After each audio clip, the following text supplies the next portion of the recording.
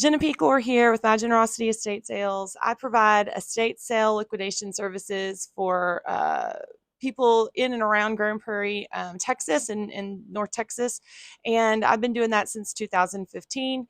I'm also a real estate agent, and usually people will like my services because I'm able to provide an estate sale and also sell the house for them. And so, from a timing perspective, it's kind of nice to have both sides of that and be able to kind of control how that all goes.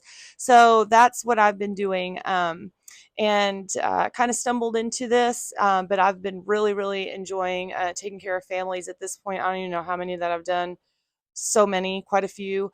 Anyway, so one of the questions I get asked a lot is, how does an estate sale company make money? How do they, like, what does it cost and how do they charge to actually do an estate sale?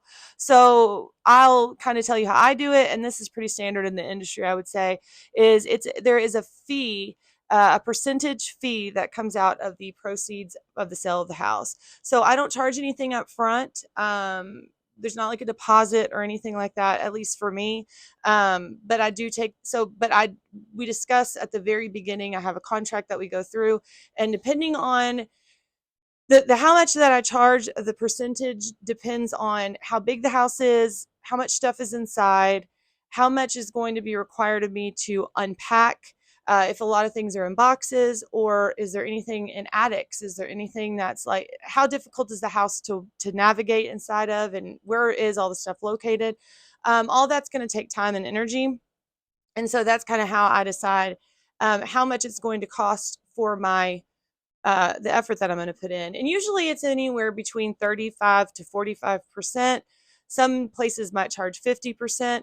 And then there's usually going to be some type of a minimum. So, like, say that you would charge 35% with a $2,000 minimum, meaning that no matter what the sale makes, I have to make $2,000, at least $2,000, to be able to do the sale. And that just makes it worth your time and your energy, because it does take a lot of time and energy to do these sales. So that's basically how it goes in a nutshell.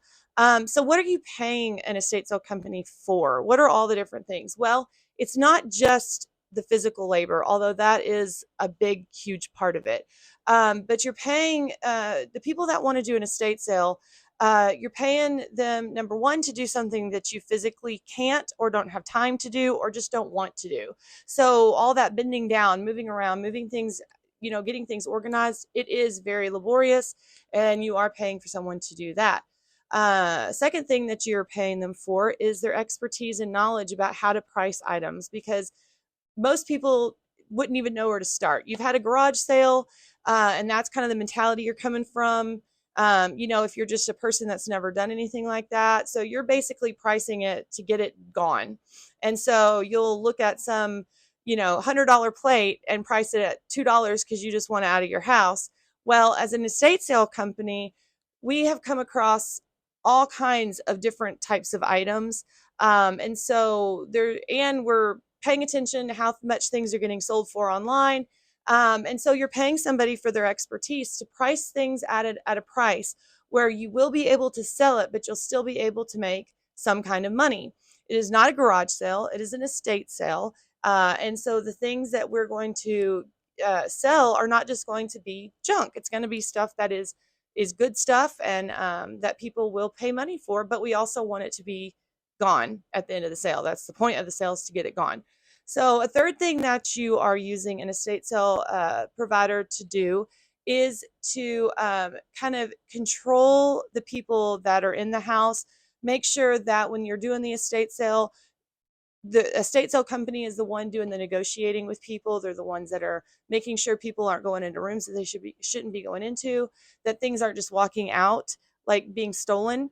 So you're paying an estate sale provider to do that. One of the biggest things that one of the biggest reasons someone might hire someone to do it for them is because negotiating with people over a item that you have had since you were a kid, or that your mom or dad had since you were a kid, is very, very emotional, and it's not something that anybody wants to do. So you do want to hire a company that is going to have really good sale control, and has a very good system and flow for how things are going to go while they're there. and has enough workers to actually make sure that things aren't just walking out of the house. So that's definitely something that you're paying somebody for. Um, and so that's, and then you're also paying someone for their reputation in the community. So you want to hire somebody that other people that has some buyers, that has worked with people before, and that has a good reputation for being honest and fair and organized, and um, that can get you the, at least a good amount of money and get all your stuff out of the house, because that's really the biggest goal at the end of the day. So that is what an estate sale charges, and that is what they charge for. Another question I get asked real quick is, how long does it take?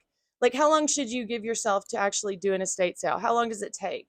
I would say anywhere from like a month to 6 weeks. And that's going to very much depend on the state of the house and how big it is, how much stuff is inside. I've done an estate sale in less than 2 weeks and it was a very specific type of sale that I was doing, and I could get it ready really quickly. And it's taken me 6 weeks before. It just really depends on the amount, but you definitely don't want to wait to the last minute. And that is something that a lot of people kind of do, is they'll get their house on, like they'll list their house, put it on the market. Now they're under contract. And they're like, oh, we just need to do an estate sale.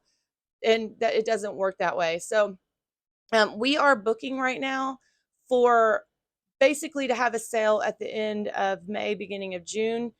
So if you have been thinking about doing an estate sale, or you wanted to hire a company, now would be the time to do it before summer starts. Especially if you're wanting to get the house on the market for summer, for the summer selling season.